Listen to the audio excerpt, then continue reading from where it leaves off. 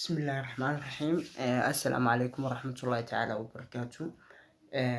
داوديال idin ahaantiin baa meel kasta adduunka kaga sugantiin iyo waqti walba idin tahayba channelka daawanaysa waa dab jacayl official fadlan haddaad channelka ku cusub tahay kusoo dhawo subscribe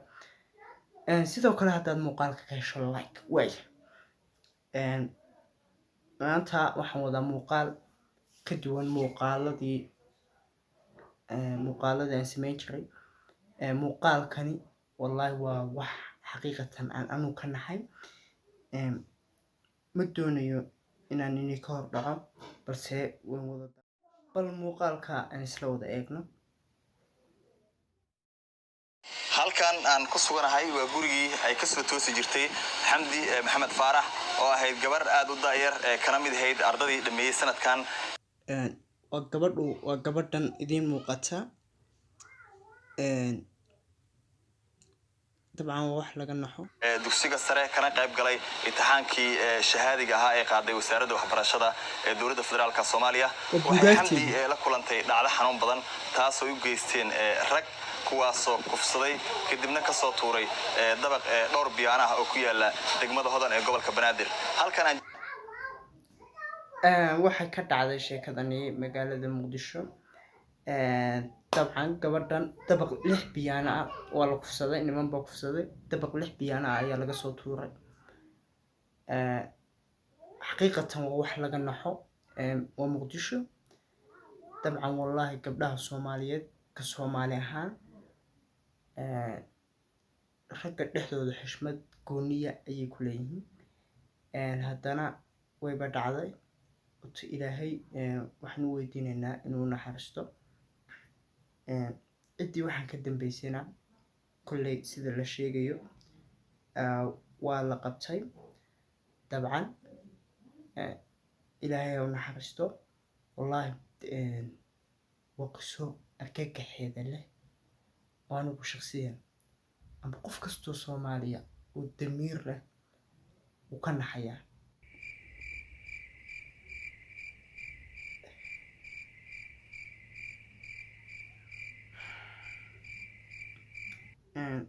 haddii aan tan waxa weeyaan dabaqii 6 biyaan ahaa dabcan aan joogo waa degmada Daynile ee gobolka Banaadir waana gurigii xamdi balse waxa laga dareemayaa xanuunka iyo murugada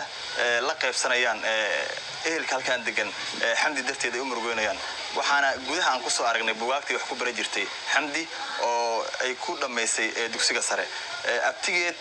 gacal Xuseen gacal ayaa wuxuu nooga sheekeeyay sida wax u dhaceen ragii kufsaday in la qabtay in kale isagoo si faahfaahsan uga warbixiyay xamdi iyo wixii ay soo martay gabar reerkayna ka tirsaneed oo abti u ahay ayaa shalay si nabadgelyo gurigan hadda joogno uga tagtay xaalayse xilli maqribadii meelahaas ayaa war naxtin leh oo aad uga naxna noo soo yeeray kadib markii gabadhaas noo sheegay in la dilay oo dabaq laga soo tuuray meedkeeduna uu yahay isbitaalka Madiina markaas kadib ayaa gurmadii orod bilownay ilaa xalay ilaa saaka CID iyo waxaan ka dawareegaynay xamdi ilaahay naxariisto kulay dabcan waa qiso xanuun badan oo laga naxo halkan Home Cable TV hooyooyin iyaguna ka hadlaya qisadan oo isu soo bax sameeyay ayay wada eegi doonaa isu soo baxooda kadib waxa hooyooyinkan aan maqaalka aan ku maqalnay garsoor Cabdiraxmaan waxa ku dhacay hooyooyinkan waxay ciidan bileeyihiin ayaa noo yimi maca gabdho iyaga kamid ah oo ku doodaya in la keeno cadaalad loo keeno cidii fal dambiyeedkan sameysay in iyagana laga xilay aan soo waday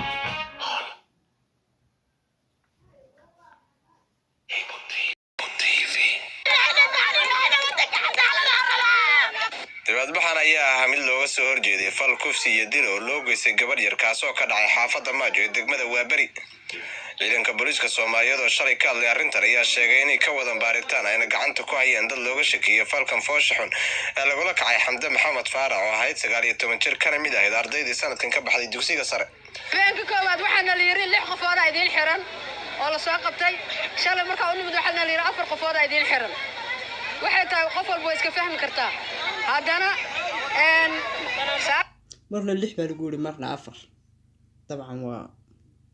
markaan ka maqalnay meesha ee VO-da aan ka maqalnay ninka oo hadlay oo biliiska markii aan maqalnay hadalkiisi damiirkeena iyo shucuurteena marka ayna muujinada macnay waxaan ugu soo dalbaday askar wayna dileen wayna jirdileen wayna laayeen xabaday nagu rideen wax walba sida kuwii iyagu doodayay hooyooyinkii ee doonayay in xaqooda loo soo dhiciyo ee gabadha ay isku family ahaayeen ayaa ciidamo lagu soo fasaxay sida la ajligeed ayay ciidamadii qayb ka mid ah iyaga ayaa la qabtay oo la xiray sida hooyadan sheegayso dabcan wax laga naxo waana dileen askarti waana dileen haddana waana xiray gabdhana naga xiran marka meesha hor istaagnay oo shucuurtan muujin rabnay oo mudaaraadaynay wayna hor istaageen mudaharaadku wayna hor istaageen cadaalad rabnaa xamdi والله هو حقيقة واحد لقى نحو قبضوه مقدشو خاصة ويكون دبينهين وانا واحد لقى ديو حماتة مقال كانوا مقال نحدين له سيدا لأجلي قد أيام تشعليستينا فيديو كساميو مقال كان كلها CK maxdoonaya hees uu qaaday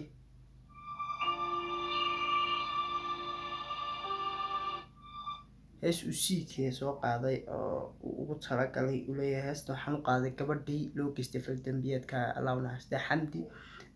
isla wada dhageysanay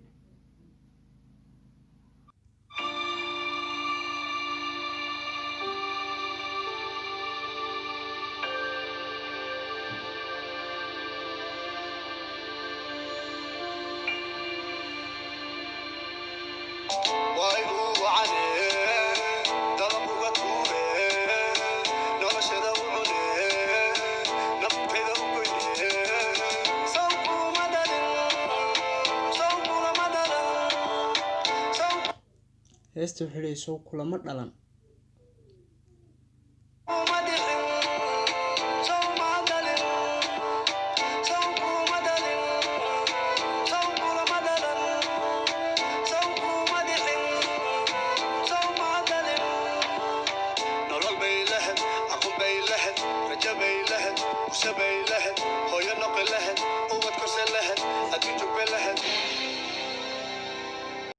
heesta weli ma soo bixin laakiin way soo socotaa wallaahi xaqiiqatan dareen gooniya emotional bay gelisay qiso laga naxo gabadha mustaqbal kulley siday la wadaagtay faamiligeeda mustaqbal bay doonaysay waalidiinteed oo miyi degan inay u shaqaysay doonaysay xaqiiqatan wax laga naxo fadlan muuqaalkan haddaad ka heshay waad ku mahadsantahay like haddaad ku cajistayna ka raali noqo sida la ajligeed aad iyo aad baan idin salaamayaa